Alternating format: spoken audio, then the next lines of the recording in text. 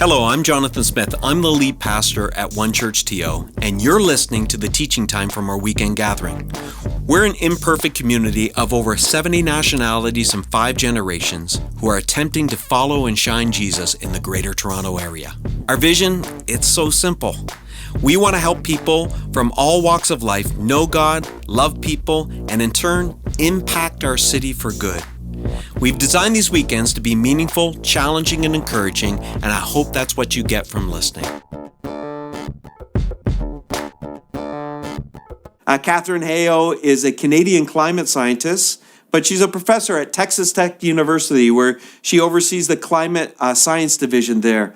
The United Nations has called her a champion of the earth. I mean, what a moniker that would be. I love that. That's better than Rocky.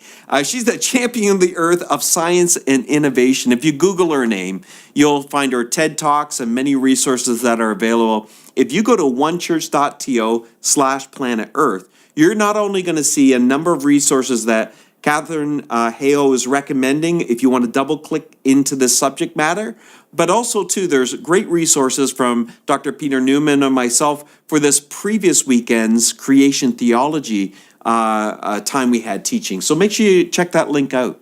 Now, Dr. Hayhoe also is a follower of Jesus. She's actually married to a pastor, lives in Texas, but grew up in the GTA.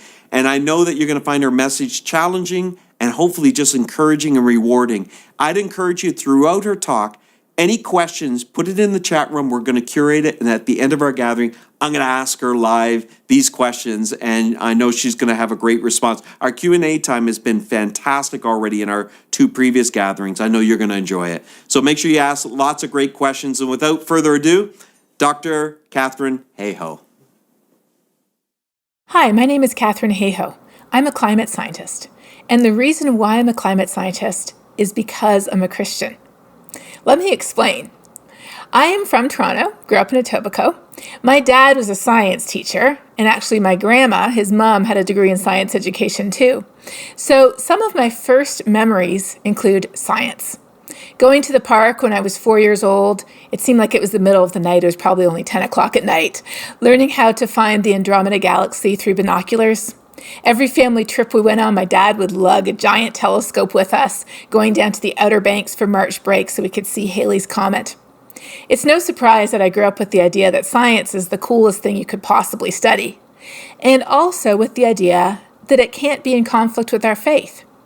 As Martin Luther said, what is nature or creation other than God's second book? If we believe the same person is responsible for both the Bible and the universe, then how could studying one possibly be in conflict with studying the other? Given all this, it's not surprising that when I started at U of T, it only took about a year or so before I realized I wanted to be an astrophysicist. By second year university, I was working on the telescope at the top of the McLennan building, monitoring variable stars. I was calling the HMV store on Yonge Street when they had a giant spotlight on the roof that would circle the sky, telling them they had to stop circling because it was messing up my observations. But just before I finished my undergraduate degree, I still needed another breadth requirement. I looked around and I saw a brand new class over in the geography department in Sid Smith on climate science. And I thought to myself, oh, that looks interesting. Why not take it? Now, up until then, I had learned about climate change, of course. I had learned about air pollution, deforestation, biodiversity loss, climate change. I had learned about a whole host of environmental issues. And I thought of them like this. These are environmental issues that are real, that humans are having on our environment, and environmentalists are the people who take care of those issues and try to fix them, and the rest of us wish them well. Well, I took that class and it completely shocked me, because that's where I learned that climate change is not only an environmental issue, it's an everything issue. It literally affects every aspect of our lives on this planet. It affects the air that we breathe, the water we drink, the food we eat, the safety of our homes. And most of all, it affects the poorest and most vulnerable people more than anyone. The very ones who have done the least to contribute to the problem, they are the ones who are most harmed by the impacts of a changing climate. And that's not fair. The single best description of climate change, in my opinion, comes from the US military. They call it a threat multiplier. In other words, 9 times out of 10, or really 99 times out of 100, climate change isn't creating a new problem that hasn't existed before.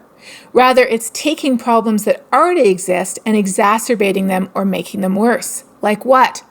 Like poverty, hunger, lack of access to basic things that we take for granted, like clean water, basic health care, education, equity, and more. And here's the thing. I knew what poverty looked like because when I was 9 years old, we moved down to Colombia in South America. My parents taught at a local school. They worked at a local church. We often took trips to visit little churches out in the country, and I had friends who lived in homes that were built of mud bricks or cardboard boxes with tin roofs. I knew what it looked like when the rains came.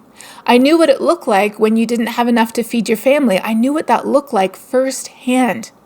And so when I found out that climate change affects people who have the least, the most, and when I found out that climate change was a threat multiplier that affects all of these other issues that are already plaguing our world, and that there's no way to fix them if we don't fix climate change first, I thought to myself, well, I serendipitously have the exact skill set that you need to study this global issue, and it's so urgent, surely we'll fix it soon. So I decided I should be a climate scientist instead. And I could do everything I could to help. And when we fixed it, I could go back to being an astrophysicist. I was a little optimistic. That was a long time ago, and I'm still a climate scientist today. But the reality is, even though the situation is worse today than it was back in that day, we are also a lot further along the path to recognizing how serious it is and what we can do to fix it. Let's just take a step back here, though, and just make sure we're all on the same page. Because when it comes to climate change, there's a lot of questions, there's a lot of uncertainty. How do we even know the thing is real? How do we know it's humans? And why does it matter to us? So, what is climate change? This short video explains. Our planet has this amazing natural blanket. It's made up of carbon dioxide, methane, and water vapor. The sun's energy shines down and goes right through that blanket as if it were a window. It hits the earth and the earth warms up. The earth gives off heat energy. But just like a blanket traps our body heat on a cold night, in the same way this amazing natural blanket traps the earth's heat, keeping our planet almost 60 degrees Fahrenheit, about 30 degrees Celsius, warmer than it would be otherwise. The problem is, we're adding more of these heat-trapping gases to the atmosphere, and we are in essence wrapping an extra blanket around our planet. What would happen if you were sleeping at night and somebody snuck in, like my grandma used to do, and put an extra blanket over you? You'd start to sweat because you didn't need that blanket. That's what's happening to our planet. Our planet is running a fever that is a direct result of this extra blanket that we are wrapping around our planet. Pretty simple, isn't it? It is an extra blanket that we're wrapping around the planet. Now, how do we really know that the planet is warming? Well, it turns out that not only do all of the thermometers we have, all the satellites we have, all the ocean buoys and scientific instruments we have, not only do they paint a very clear picture of a warming planet, but we don't even need scientific observations to tell that the planet is warming. A lot of the evidence is right in our own backyards. Like what? Like trees blooming earlier in the year, plants flowering earlier in the year. My birthday's in April, and I always used to hope that the tulips in our front yard would be in bloom by the time it was my birthday. And growing up, sometimes they were and sometimes they weren't. Well, now, when I visit home in April, the tulips have already bloomed and gone. They're coming weeks earlier in the year. And that's not all. We see glaciers retreating, sea ice is shrinking, sea level is rising. We see changes all over the place. That's how we know that it really is warming. In fact, if we look around the entire planet, you know how many independent lines of evidence there are telling us that the world is warming? 26,500 of them. Yes, climate change is real.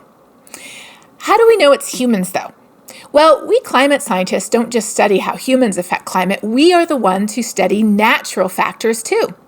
So when we see climate changing, we don't automatically assume it's got to be humans because we know that climate has changed in the past for natural reasons. So the first thing we do, and this is what scientists have been doing for more than 100 years, that's how long we've known about climate change. The first thing that scientists did was we said, okay, could it possibly be the sun, for example?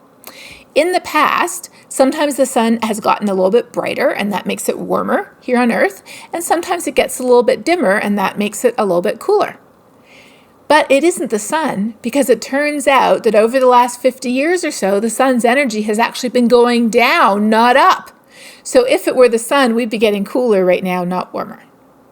Then people say, well, what about volcanoes? I hear that one big volcanic eruption produces more pollution than humans. Volcanic eruptions are very powerful, and they do produce a lot of particles. But you know what those particles do? They actually act as an umbrella to cool the Earth.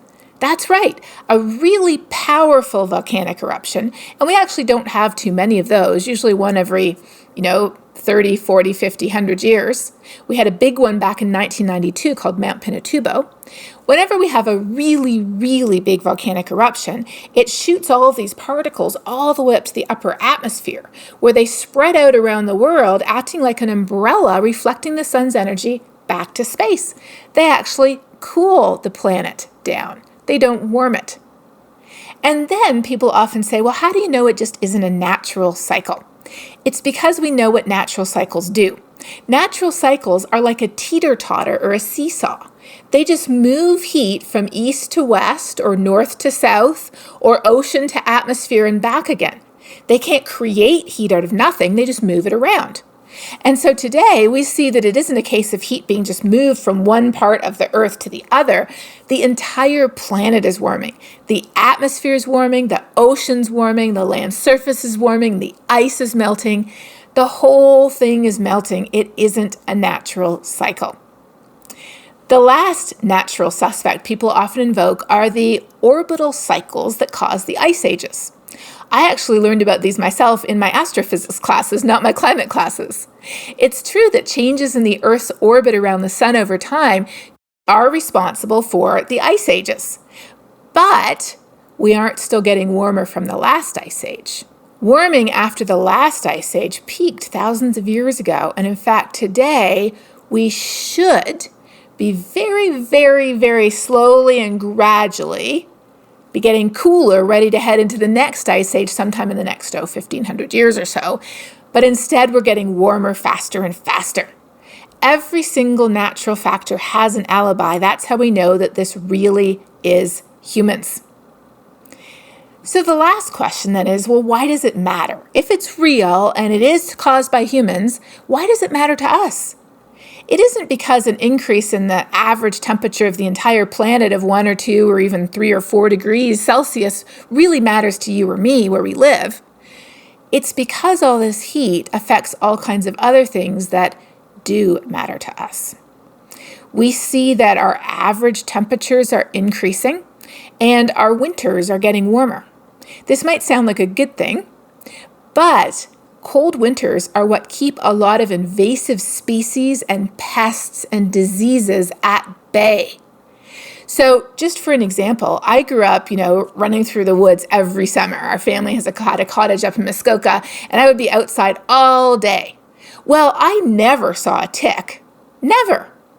But my husband, who grew up in Virginia, and he grew up running through the woods in a horse farm in Virginia, every night his mother would have to check him for ticks because they had ticks all through the forest. Well, deer ticks are a major carrier of Lyme disease. And now, because our winters are so warm, we actually have deer ticks in southern Ontario carrying Lyme disease, like used to be all the way down in Virginia when I was a child. That is one impact of warmer winters. What else is happening? Well, a big way that climate change affects us and the places where we live is by loading the weather dice against us. What do I mean by that? Well, wherever we live, we always have a chance of rolling a double six. Like what? Like a heavy rain event or a flood, a heat wave, a storm, some crazy type of weather. That just happens naturally, right? But as the planet warms decade by decade by decade, it's as if climate change is sneaking in and taking one of those numbers and then another one of those numbers and then another one and changing it into a 6 too, and then even a 7. Where I live in Texas now, the city of Houston has had 3 500-year flood events in 3 years. And you might say, how can that be? That's not possible. It is when climate change is loading the dice against us. We have seen crazy rainfalls and floods in Toronto and Calgary and other places like that. What else do we see? Out west, we're seeing that the wildfire season is getting a lot worse. As winters are warmer, there's all kinds of beetles in the western forests, and instead of dying off in the cold winter, they overwinter, so you've got multiple generations of beetles the next year. They eat millions of acres of forest, then it's all dead or dying, and then along comes a fire, and it burns millions of acres. Up north, we see that permafrost, what used to be permanently frozen ground, is now thawing and crumbling, endangering many northern towns and villages and the rails and the winter roads that they typically use to get their supplies. Along the coasts, we see that sea level is rising. And this risks both high tide, what they call sunny day flooding, as well as permanent inundation of places where people actually live. No matter where we live, we are already seeing the impacts of climate change here, now, and today. And as always, whether we live here in Canada or on the other side of the world, it's the poorest who suffer most. A few years ago, I was in Halifax to give a keynote talk at a big fundraising banquet for an organization called ADSOM for Women and Children. They help women and children in the greater Halifax area who are experiencing homelessness. As I walked up to give my speech, the sponsor from Canadian Tire shook my hand politely and said, "So glad you're here." But I could see him wondering, why is a climate scientist giving the keynote talk at a banquet for a homeless shelter? And really, who could blame him? ADSOM runs an emergency shelter for women and offers longer-term housing and support programs to help rebuild people's lives. And so the people who were there in that ballroom tonight were there because they cared about their community. Where did climate change come in? When we picture who or what is going to be most affected by climate change, it typically isn't people living on the streets of a city in southern Canada.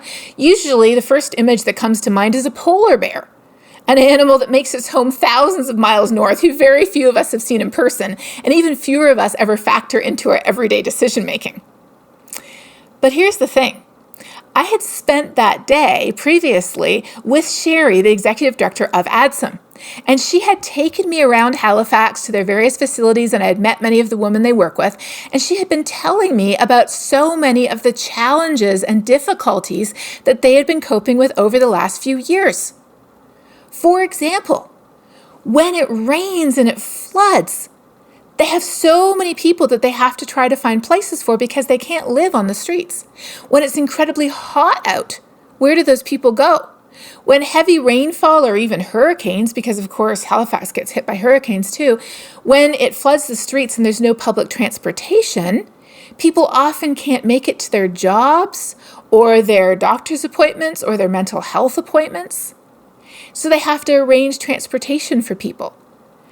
There's all kinds of ways that heavy rain, flood, extreme heat, hurricanes, and storms are already making Sherry's life and her work more difficult and are already directly harming the women and children who ADSOM is trying to help today. So in my talk, you can probably guess, I focused on how climate change disproportionately affects women and children more than men, especially in poor countries, but I also talked about how it disproportionately affects the poor and the homeless. And I gave specific examples from around the world and specific examples from Halifax and from Canada too. And at the end, that Canadian Tire sponsor was the first person up to the platform, and he grabbed my hands and he shook it and he said, "I have to confess, I was wondering why they invited you." And I didn't say that I could see it on his face when he first greeted me. But he said, "Now I understand, it completely makes sense." Why? Because he got it. To care about climate change, we don't have to be a certain type of person. No, I'm absolutely convinced that everyone already has the values they need to care about climate change. We just haven't connected the dots. And here's the thing. If we're Christians, how much more do we have every reason to care? In fact, I'm convinced that if we take the Bible seriously, we would be out at the front of the line demanding climate action. Because from the book of Genesis to the book of Revelation, the Bible never mentions climate change, obviously, but it mentions a lot of things that are directly relevant to our attitudes towards this threat multiplier that affects every living thing on this planet, especially the poorest and most vulnerable and those who have no voice. For example, in Genesis chapter 1, it says that God said, "Let us make human beings in our image, make them reflecting our nature." Most of us have heard that verse. I probably learned about it in Sunday school myself. But how often have you heard the reason? Because it actually goes on, it says, "so that."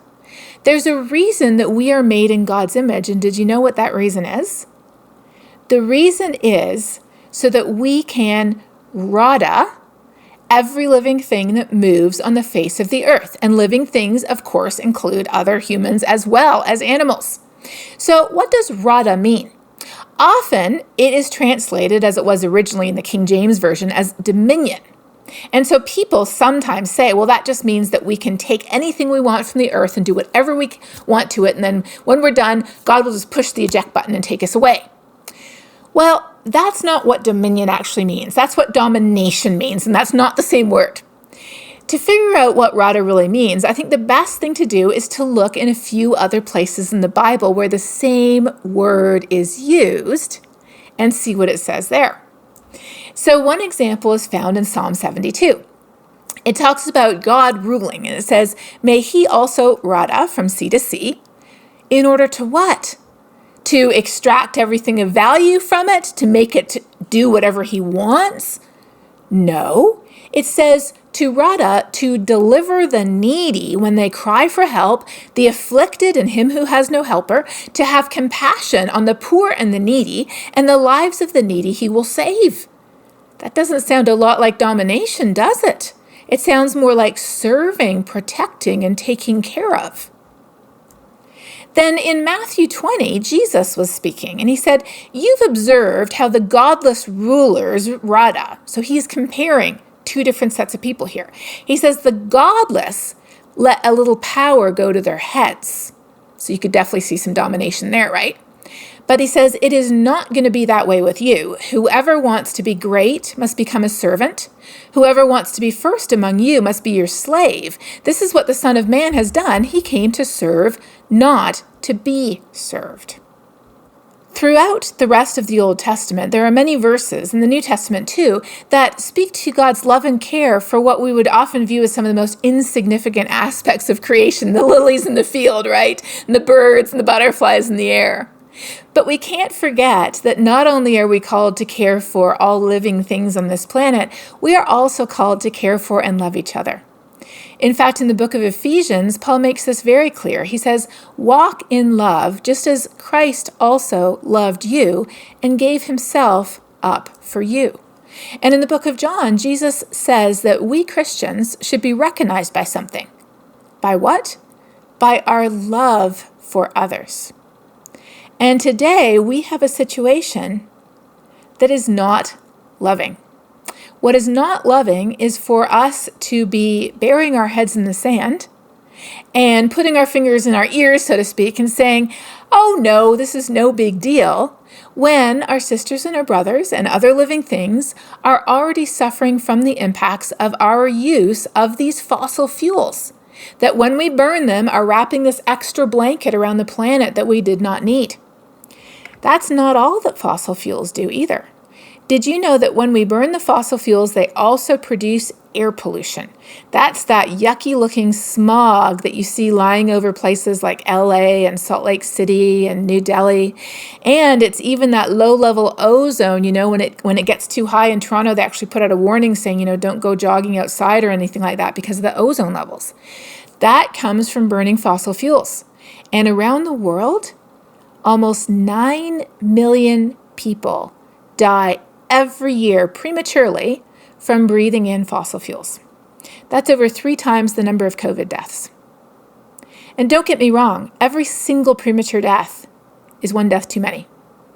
But we all know about COVID, and we all know that there is a tremendous worldwide mortality from COVID. But how many of us know that nearly 9 million people die every single year from burning fossil fuels? Not only that, but there is a connection between COVID and fossil fuels. It turns out that if we live somewhere where there's a lot of air pollution and we've been breathing in air pollution for a long time, our lungs are vulnerable and weak. So when we're exposed to coronavirus, we're more likely to get COVID. When we get COVID, we're more likely to get very sick and even die from it. And then here's where the justice issue comes in. Often, the people who can't afford to live somewhere better are the ones who are most exposed to air pollution. Let me give you a very concrete example. In the city of Chicago, which is very similar to Toronto, just rotate it 90 degrees and put it on a different lake. In the city of Chicago, a third of the population is Black. But over 70% of the COVID deaths are among the African American population. What do they think is the connection? They suspect it has a lot to do with air pollution. So why do we care about climate change? Why do you and I care about it? We care about it because, first of all, no matter where we live, it takes so many of the risks we already face today and it makes them worse. We care about climate change also, though, because it affects real people today, especially the poorest and the most vulnerable, and that is not fair. And most of all, we care about a changing climate because of who God has made us. God has taken out our heart of stone and given us a heart of flesh. God has made us people who can and should be recognized by their love for others. And that is why we Christians are the perfect people to care about climate change. Wow, all weekend, what a great teaching, and I can already see in the chat room, so busy, so many great questions being asked. But I want to welcome into our chat room, Katharine Hayhoe. Hello, Dr. Hayhoe. Hi, it's great to be with you here today. I asked you this in the previous gatherings. I'm going to start out, what's the weather like in Texas today? I assume you're in Texas today. I am. It's pretty warm here, but what a lot of people don't realize is it does snow, and sometimes it even has snowed in April here, just like in Toronto. Yeah, well, we've just come off a week of snow and cold. So yesterday was a little bit warmer, and but you have given me a fresh appreciation for the value of winter. Speaking as someone that loves the heat in the summer, I see that winter and even prolonged winters are very valuable, though. Part of God's design. Part of God's design. Let's start with a question, just to get us started. What are Christians supposed to do with everything you just said? What are we supposed to do with this? Well, as Christians, who we already are is the perfect person to care. That's who God has made us. And failing to care and failing to act on this issue is really a failure of love. And when we're told that we Christians are to be recognized for our love for others, by definition, that means that we're going to be caring for people's physical needs. If they don't have enough food to eat, they don't have a safe place to live, they don't have access to the resources we do, as well as looking to the future. So first of all, the most important thing we can do is to use our voices to talk about this issue, because it turns out we don't. And if we don't talk about it, why would we care? And if we don't care, why would we ever do anything about it? Part of what we can also do is recognize that we're not alone. The metaphor that the Bible uses for us Christians is that of a body. Each one of us has different abilities and talents, a different role to play in the church and in the world. So I'm also a huge advocate of joining organizations that share your values. There's a great one right here in Southern Ontario called Arasha. I put a link in the chat already, Arasha Canada. They have programs for parents and kids where you clean up watersheds and plant trees. But you can also use your voice to advocate for changes and to educate people about the risks in the place where you work, your kids' school, in your community, your neighborhood, obviously in our city, in our province. Talking about it, advocating for change, and even using our right as citizens to vote is all an important way that each of us can, and we already are really, making a difference.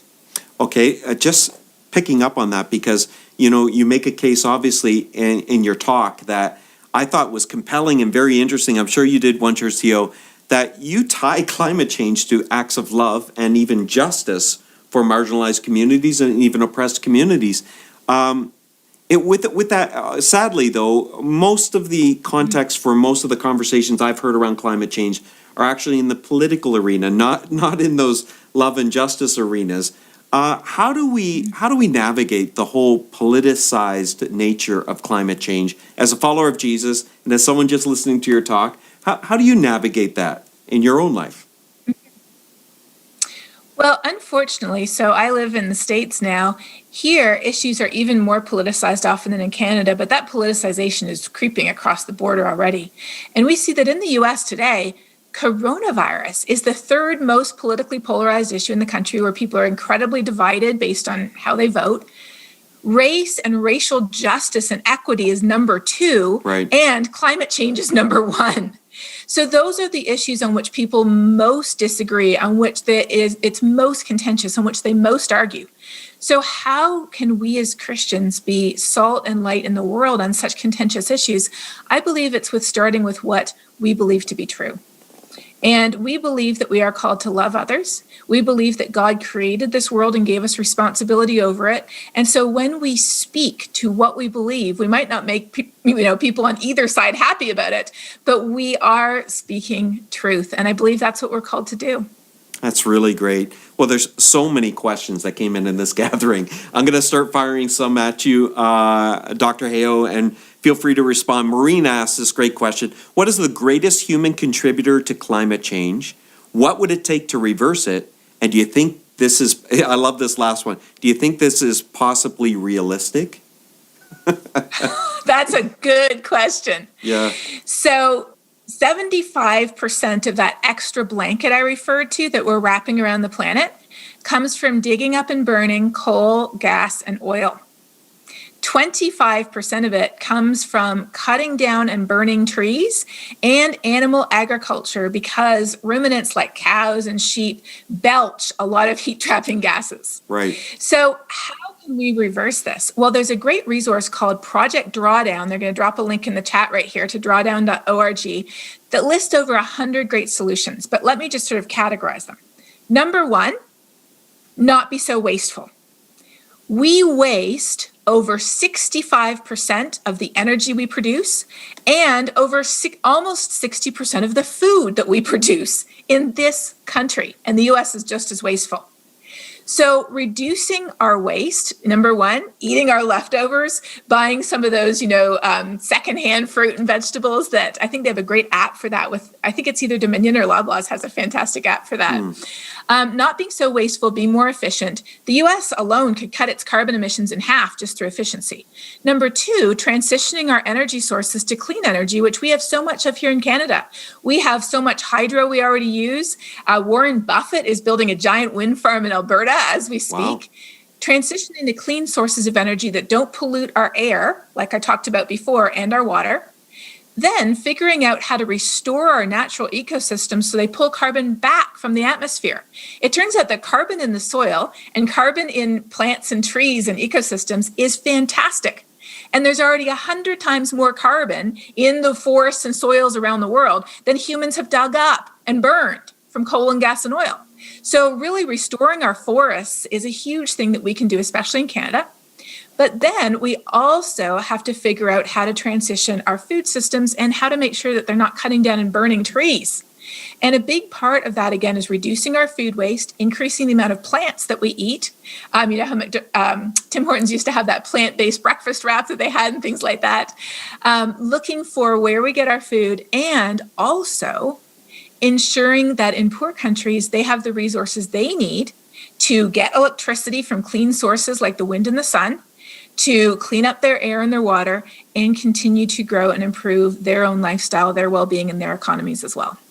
You told a story in one of our early gatherings about an initiative in India right now you kind of almost leapfrog right into being more ecologically viable in terms of their electric grid. Can you tell us a little bit about what they're doing there, just to inspire us and to help us to understand this is a global issue? Yeah.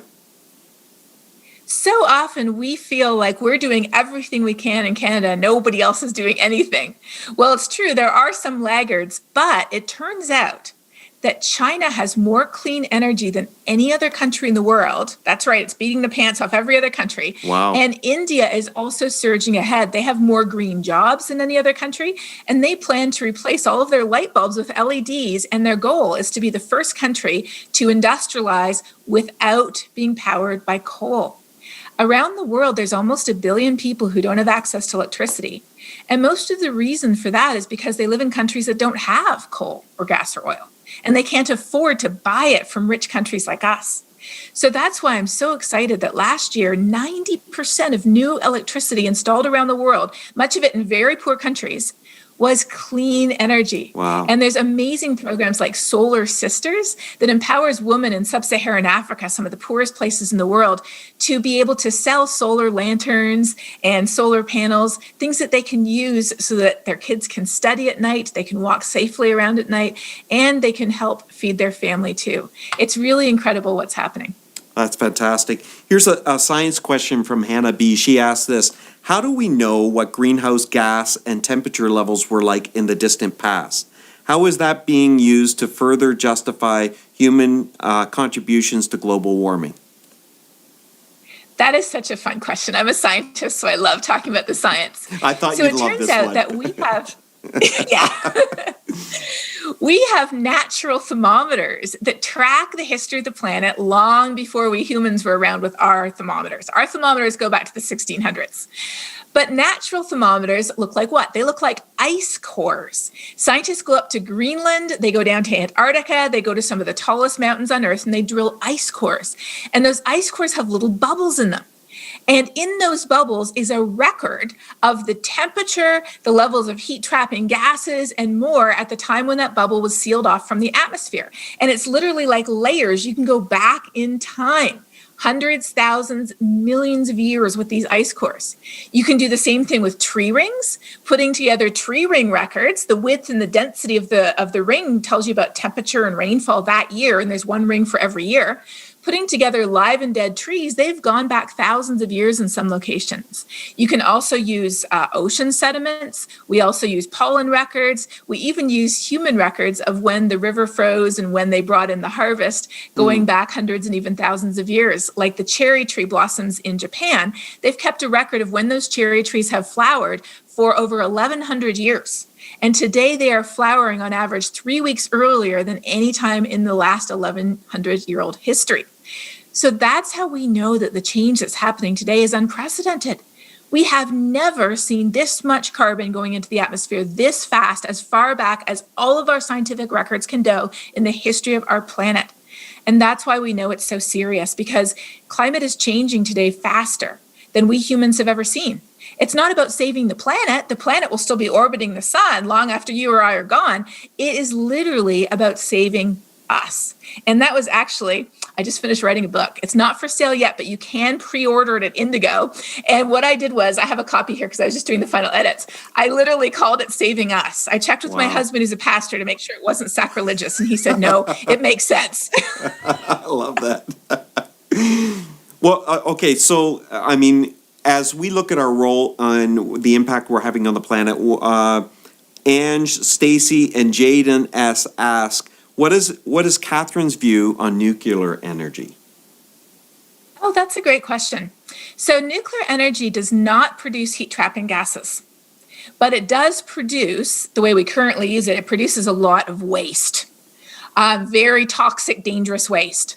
Also, currently, traditional nuclear power is very expensive. The only plant that they tried to build in the US in the last 30 years in the Carolinas ended up running over budget so far that literally the newspaper headline when they canceled the plant was, they just spent $9 billion, that's a B, digging a hole in the ground and then filling it back up. Wow. So that's why we haven't seen a lot of new nuclear today.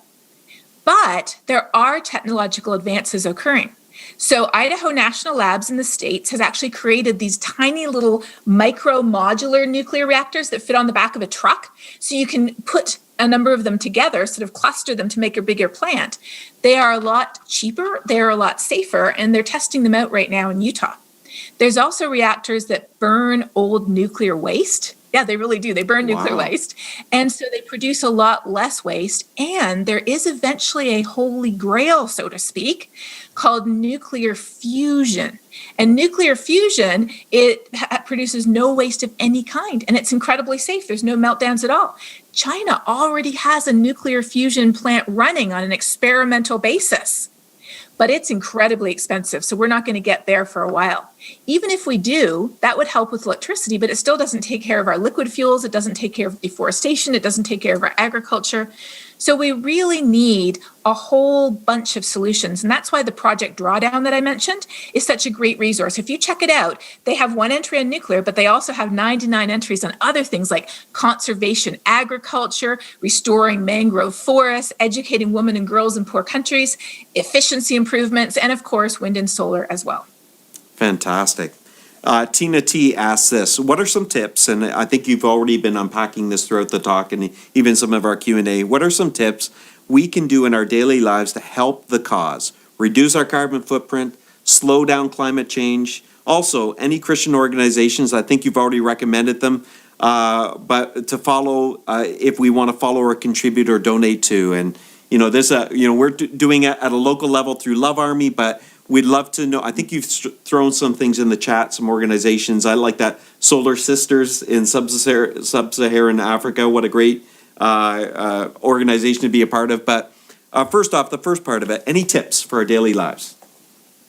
Oh, I love that question. Thank you so much for asking that, because that's what we all want to know, right? Nobody wants to hear about a problem and then we're like, oh, well, what am I supposed to do about it? I have no clue.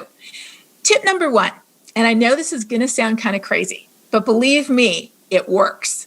Tip number one is talking about it on our social media, in our conversations, at church, with our kids, with our neighbors, talking about why it matters, and find out some really interesting stories from organizations that you can join, you can follow on social media.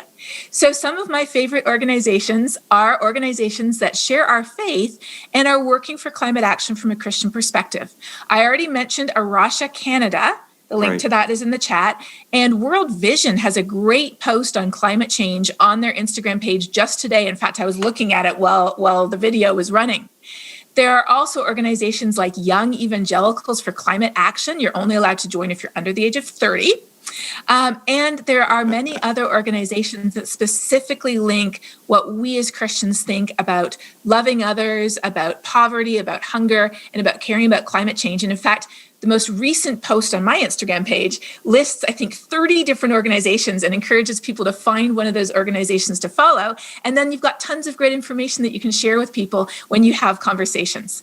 And of course, part of what we can talk about is what we do ourselves. So every year, I adopt 2 new low carbon habits in addition to what I was already doing.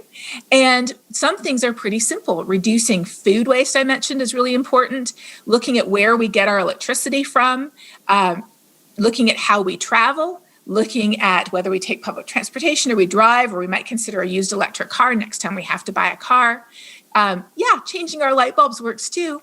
But all of these things are about doing something in our own lives and then talking to other people about what they can do too, everywhere that we work, that we worship, that we're with other people. Listen, if you get a chance, I'm going to encourage you, if you're on Instagram or Twitter or Facebook, you should follow Dr. Katharine Hayhoe on those channels, because she's always giving great information. I follow her on Instagram and on Twitter. Always a great follow. And again, that will help you curate maybe some of the organizations you could actually connect with. I love this. Someone jumped in the chat room, M. Alas, and said this: does becoming a vegetarian make as big of an impact as my husband says it does? So you're settling a marital dispute here. Go ahead. Oh dear. So my marital dispute with my husband is whether we should eat leftovers or not, and I'm very firmly on the yes side of that dispute. So our diet is an important part of our own personal carbon footprint, but it isn't only about what we do. It's about talking about stuff too.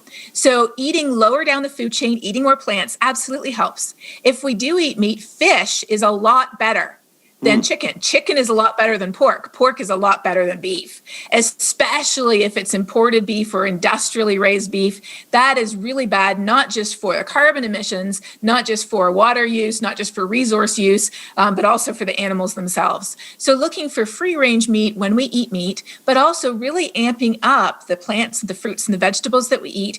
And again, there's this really great app, especially if you live in the Toronto area, I'm so jealous, where you can actually get the ugly food or the food that they're not selling at the supermarket and they're just literally throwing out because it didn't look quite as pretty as the other food.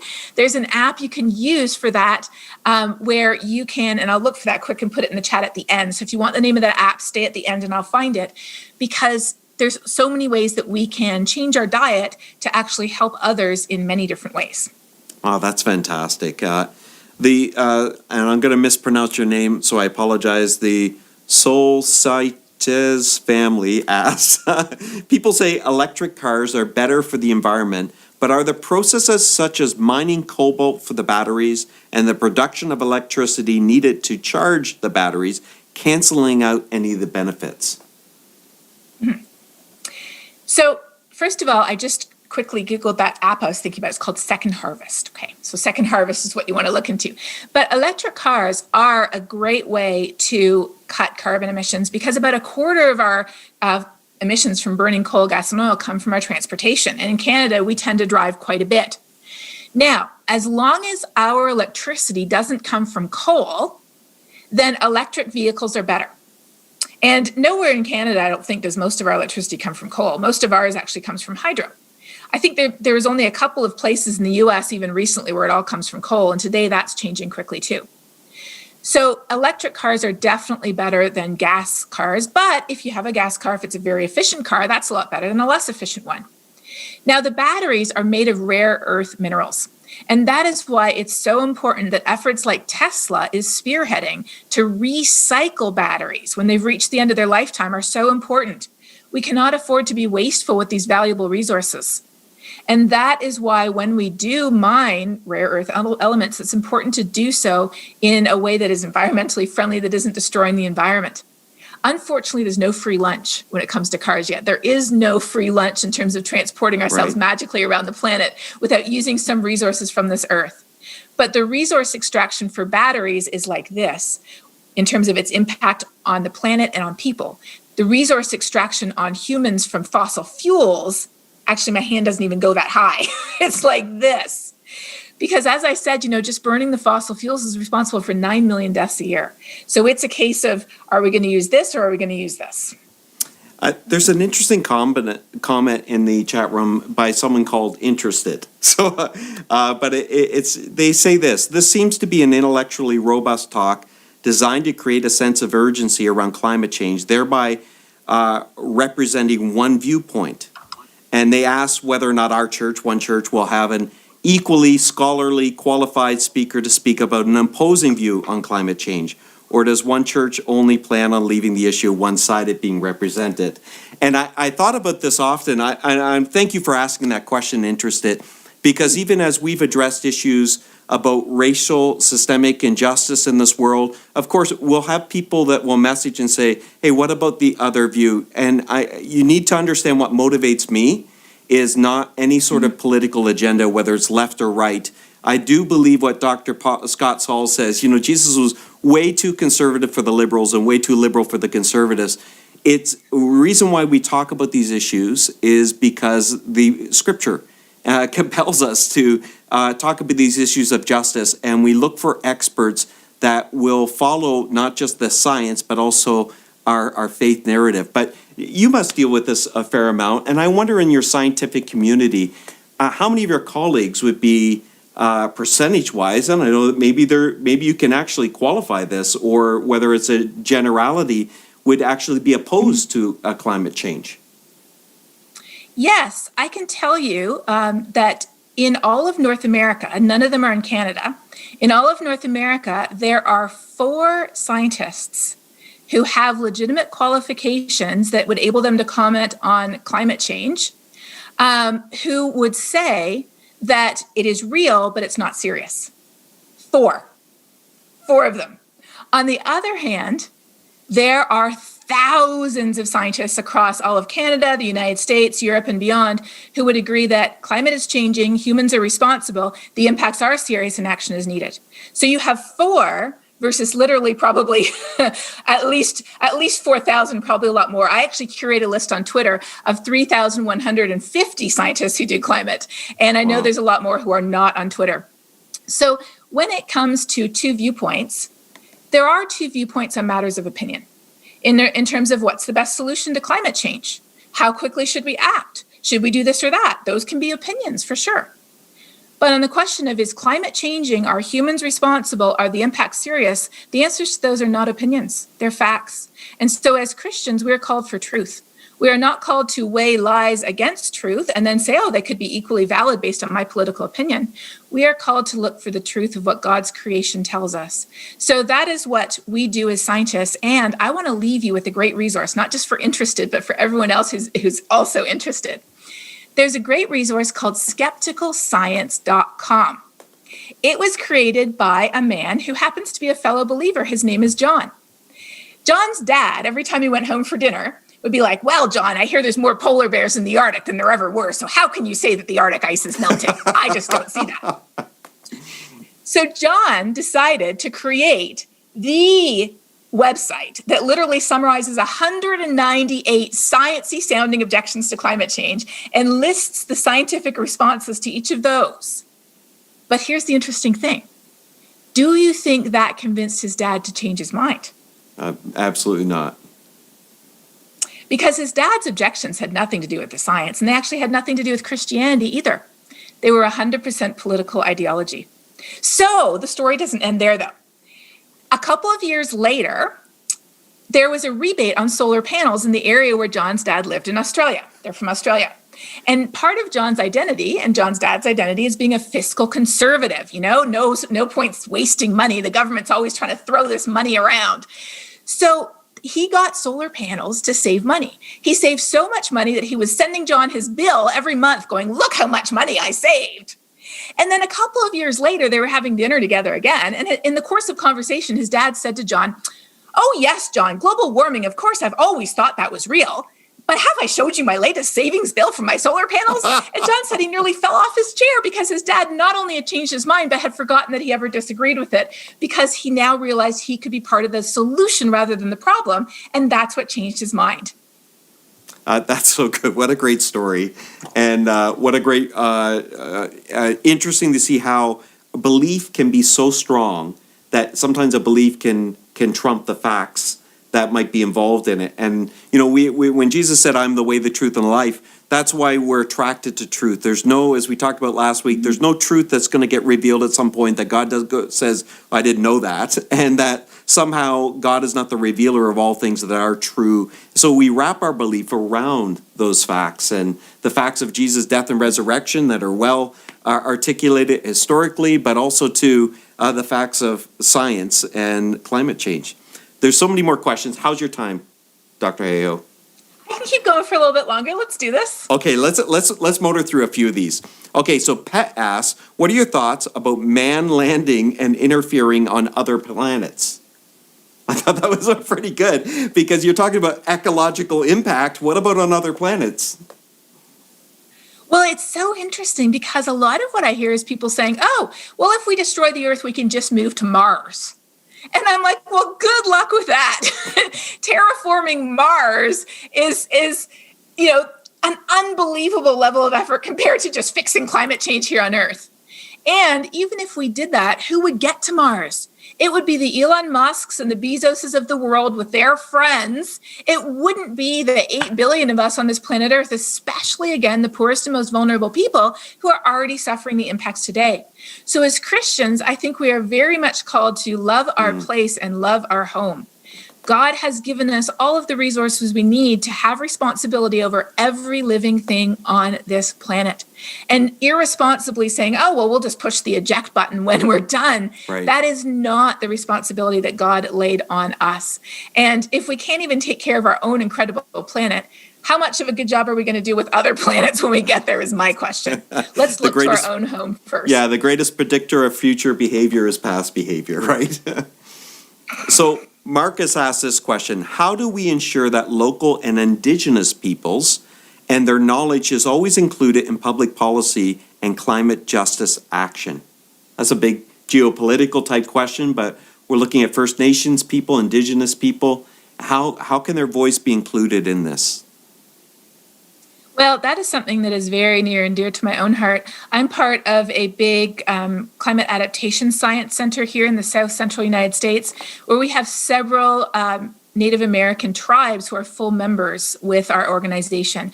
And they bring a very broad and very unique understanding to this issue. And there's fantastic resources if you're interested in learning more. Braiding Sweetgrass, for example, is an excellent book that you might be interested in. Okay. There's also a lot of thought on how to integrate Indigenous knowledge and understanding into our theology.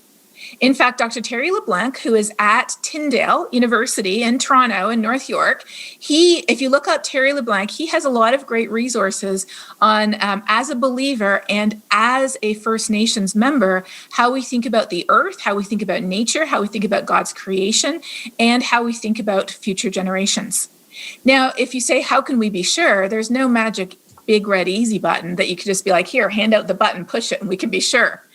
But what can we do? That means we all have a role to play, right? Not only in using our own voices, but in elevating and promoting other voices, especially voices of people who might not be listened to and might not be heard, encouraging that they are brought into the conversation at every level.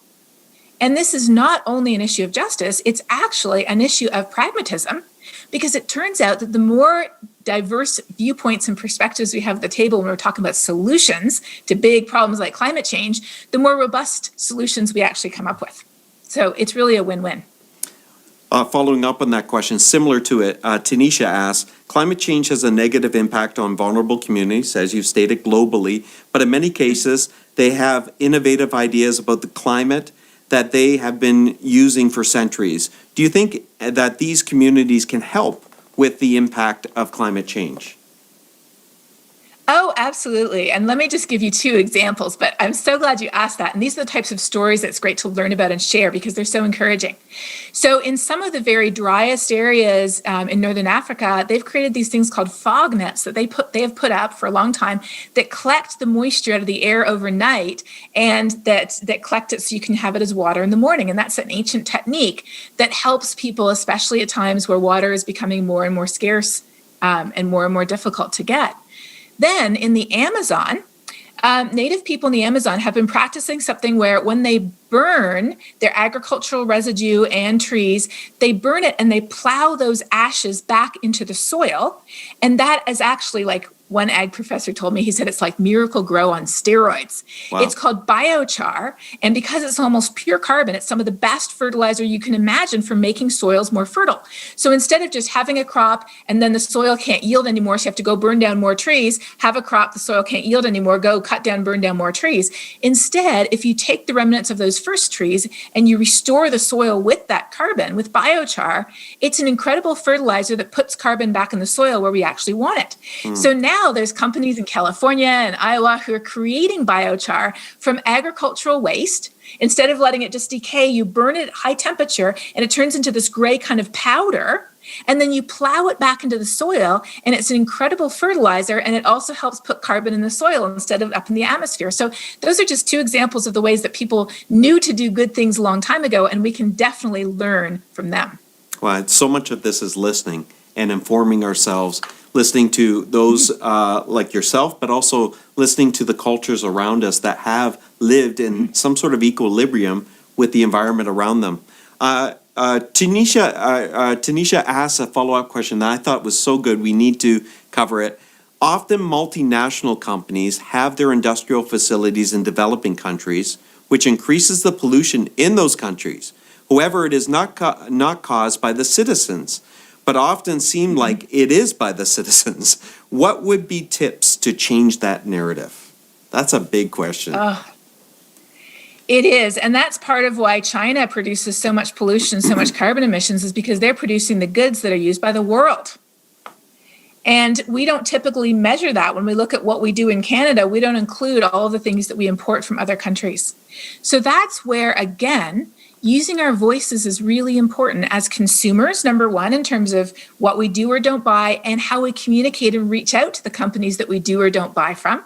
There's many companies, that have like fair trade labels and things like that. There's also many companies that actually have sustainability goals and talk about what they're doing in terms of reducing their carbon emissions, water usage, paying people fairly, and things like that.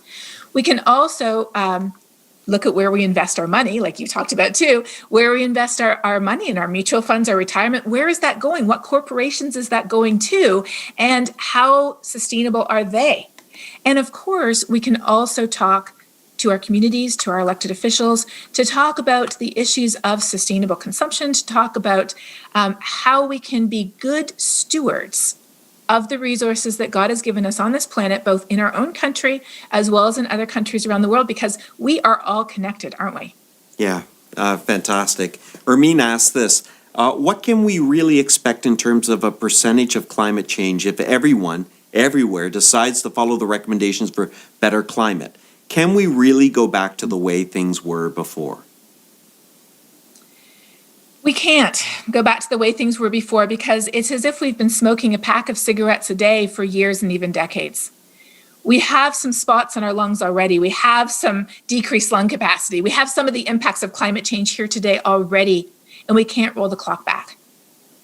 But, and I actually study this personally, so I know this for sure. I do this myself.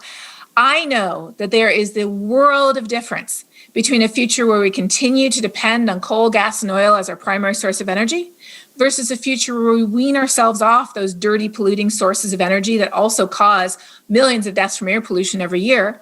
And we conserve our resources, our ecosystems, our food. We conserve those too, and we use them wisely. The difference between those two futures is not the planet. Like I said, the planet will be orbiting the sun long after you or I are gone. It is about the future of our civilization as we know it, and it is not too late to make that decision. If we could flip a magic switch today and turn everything off, we would still see 0.6 more degrees Celsius of warming because of what we've already put in the atmosphere. But if we can transition as soon as we can, and the government of Canada just announced just last week, right at the Big Earth Summit, they announced a new target. They're upping the price on carbon.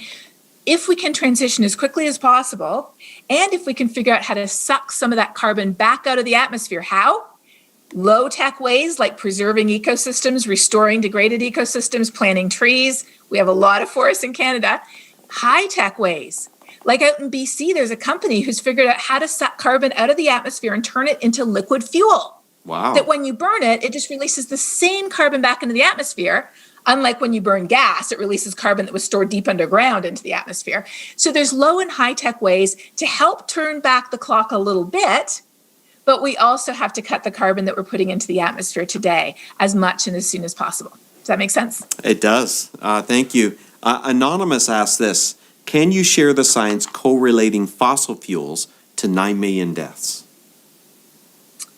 Yes, it is the burning of the fossil fuels that produces the air pollution, and it was a Harvard study that cited that. So after we're done chatting, I will go to the chat, and if you just hang out in the chat for a couple of minutes, I'll put a bunch of resources in there, links that you can look up more, and if you have any more questions on resources, put them there, and I'll go through and I'll answer all of them before I sign off. Thank you so much for doing that. That's fantastic. It's a great question, but that's a great answer, and so we'll wait and get that in the chat room. David asked this, what is your view on the use of hydrogen for energy storage and as for transport fuel?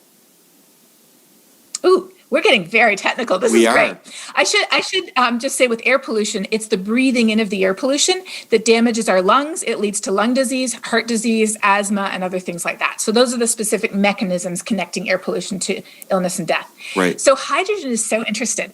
It is called green molecules. That's what they call it in Europe, because you can make liquid fuel out of hydrogen that when you burn it, it just releases water. Nothing bad. So as with any new technology, we don't have all of the facilities set up to use it. It's currently often in the experimental stage, but that is a very real possibility for our future, especially if we can't electrify something. There's some things that are very difficult to electrify. We need liquid fuel. And so that's where hydrogen comes in. And if you go to Project Drawdown again, they'll have something there about hydrogen too. I'm so glad you asked that. That's a great question. In fact, you know what? I was actually just making a note to myself. I read quite a bit to try to keep up with everything. I was making a note to myself that I really need to do a deep dive myself into hydrogen solutions so I understand them better, because a number of people I respect talk about them quite highly. So I want to know more myself. Yeah, I feel like we have a lot of science people in our church that are geeking out in this moment, and so these are fantastic questions. You know, someone mentions in the chat room, Millie does, just about carbon tax, and is it a government money grab, and whether or not those pennies actually do go to clean earth environmental initiatives. And I don't know if you would know how the governments structure those carbon taxes. Well, the answer is that no, it is not just a money grab. I understand you might not like to vote for the Liberals, and that's a perfectly free choice. We have lots of different choices in Canada to vote for. But the reality is I analyzed, along with my colleague Andrew Leach, who's an economist in Alberta, I analyzed 5 parties' plans going into the last federal election in fall 2019. And so we had the Conservatives, I didn't analyze the People's Party because their climate plan is to call climate scientists liars. That's their plan, Okay. unfortunately. Yeah. So we analyzed the Conservative Party, the Liberal Party, the NDP, the Green, and I think we looked at the Bloc Québécois as well. And what we found was that every party had a climate plan, but unfortunately the Conservatives' plan was to increase emissions. Their plan would actually increase emissions, which doesn't work. It's like saying, I'm going to go on a diet by eating a lot more food. The fattier, the better. So I understand that you might not like the Liberals, but here's the deal. A carbon price is something that just about every economist in the world, including the 2 who won the Nobel Prize for Economics 2 years ago, agrees is the most effective way to reduce carbon emissions in a free market economy without imposing draconian government legislation. In the United States, there's actually a bipartisan climate solutions caucus in Congress and the Senate. You might be shocked that there's a bipartisan anything in the States at this point, but there is, and they support carbon pricing. In fact, they argue for it very strongly. In terms of where the money is going, it's actually very transparent. The Globe and Mail, Chatelaine magazine, all kinds of different outlets actually have explainers showing that some of it goes back to people in their taxes, especially in lower income brackets, so that they're not harmed in terms of the fact that they need food and they need gas and things like that. And some of it is used for infrastructure investments to help people make choices that make sense and that are easier to make. So we don't have to make an effort to be more green. It's actually the easier option. So yes, these monies are being used in that way. And you know what? If you're conservative, and I've actually done this myself in my riding, I've actually written to my local candidate when there's an election. I'm like, I am in your riding, and I'm very glad that you're running. I would like to know how you plan to influence your party, whatever party you are. I write to all of them. How are you going to influence your party to help us fix climate change? So that's something that you can do. And the fact that we have some pretty small ridings in Canada means that often they might answer you. Right. Whereas in the States, you don't often get an answer. So that's Right. pretty cool. What a great answer. Thank you. Couple more, and then we're going to shut it down because I know time, and you're going to jump in the chat room with a few more resources for people. But listen, we haven't even tipped so many of the questions that have come in. But I'll give you a couple more. First off, Anonymous asks, when you meet God, I love this question, what's one scientific thing or topic you want to ask and have more understanding about? So this is just about you, Catherine, in this moment. What is it, when you meet God, what is something you would like to understand, or whatever scientific thing or topic? What happens beyond the event horizon of a black hole? Wow. So there's the astrophysicist in you still? Yes, definitely. Because so the event horizon of a black hole is by definition the horizon at which no information can escape. So we have no way of ever knowing, but God does. So that would be my first scientific question. See, I love that. You just went deep right there. Okay, Ahem asks, what passage from the Bible would you use to move us to action to affect climate change? Oh, that is a great question. And I have a verse which is the one that motivates me. It's actually from the letter to Timothy. So the Apostle Paul was writing to Timothy, and he gave him a very important piece of advice that I think we can all take to heart today.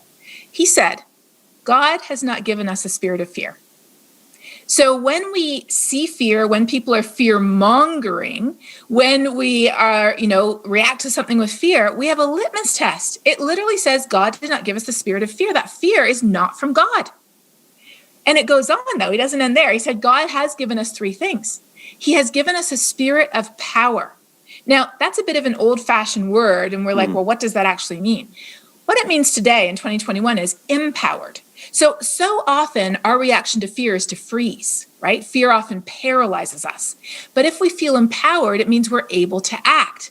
So God has given us the ability to act. That's a God-given gift, not to be frozen, but to act.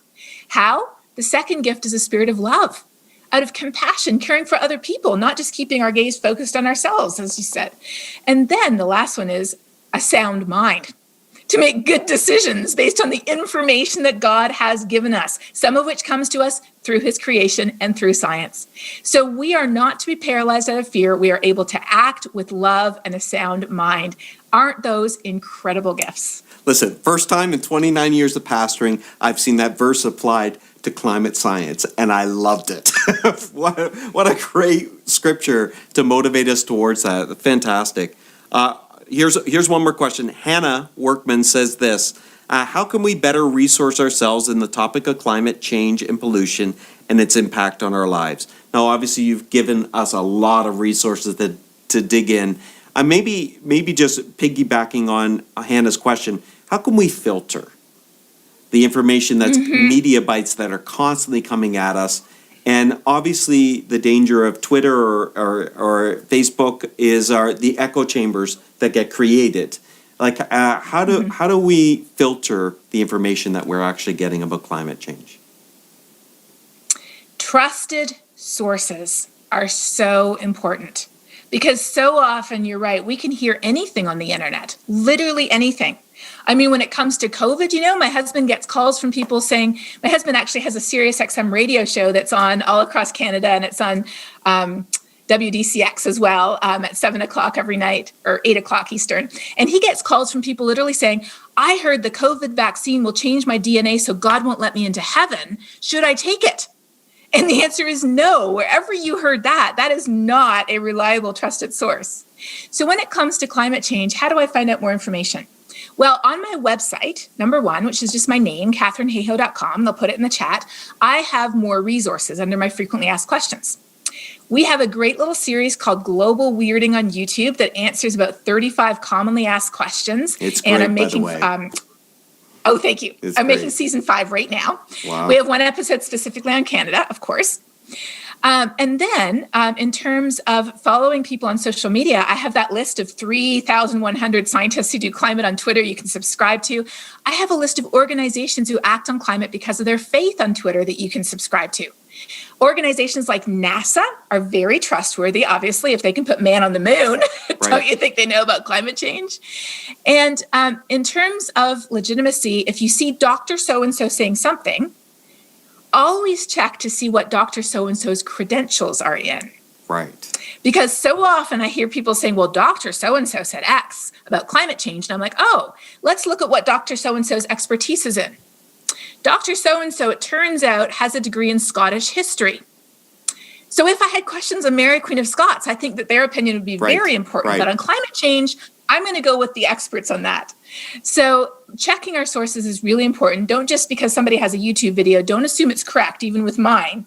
Check your sources. Right. And I have resources on my page that help people do that. I mean, that's so good. We've been journeying through COVID like every other church, and we're blessed to have an epidemiologist as part of our community. Mm-hmm. And even in conversation with her, it's been great just talking about, she said, Jonathan, if you broke your arm, you don't want me setting it. If someone's delivering a baby, you don't want me there, because there are people with specialties in that area, but all I've studied is vaccines and pandemics. That's my area. And that it really does help us to distinguish between the expertise, because doctor is a broad title for a specific area of expertise. And we're so glad that you made the time to be with us at One Church CO. And Katharine, I've followed your work for quite a while. A few years ago, I actually heard you speak in another church setting, and it inspired me. And then on Twitter, following you since, and I was so thankful that you agreed to join us this weekend. We're richer because of it. Thank you, Katharine. Thank you for having me. This has been wonderful. God bless you. Take care. Thanks for listening. If you found this helpful, we hope you join us at one of our campuses if you're in the GTA for a weekend gathering. If you're listening from somewhere else in the world, we'd encourage you to join us at onechurch.to/live. We believe everyone can be a part of what Jesus is doing both in our community and in our city. So if you'd like to connect with us at a deeper level, visit us at onechurch.to/next steps. See you next time.